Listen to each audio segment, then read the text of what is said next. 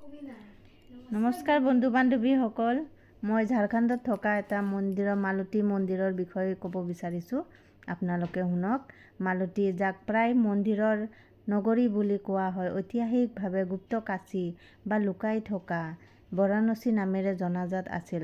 এই গাঁৱত মূল 108টা টেৰাকোটা মন্দিৰৰ ভিতৰত 72টা এতিয়াও বিদ্যমান, যিবোৰ বসন্ত ৰায়ৰ বংশধৰসকলে নিৰ্মাণ কৰিছিল।